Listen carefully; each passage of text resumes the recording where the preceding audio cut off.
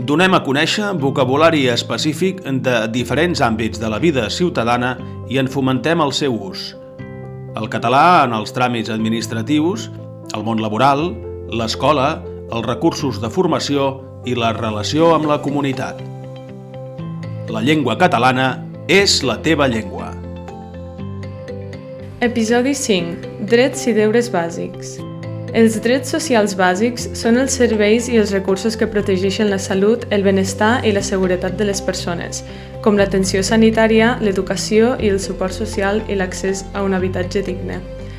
Els drets laborals bàsics són els drets que s'asseguren unes condicions justes quan es treballa, com tenir un contracte, un salari adequat, descansos i protecció davant de situacions de malaltia o atur.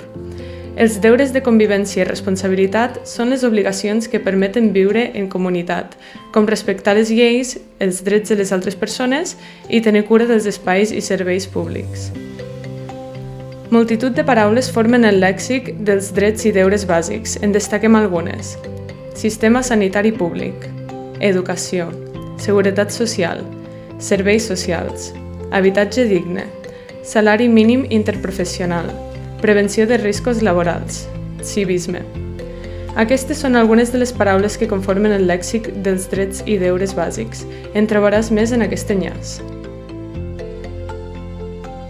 Cat Empresa Eclipse és un projecte de la SACOT amb el suport del Departament de Política Lingüística de la Generalitat de Catalunya.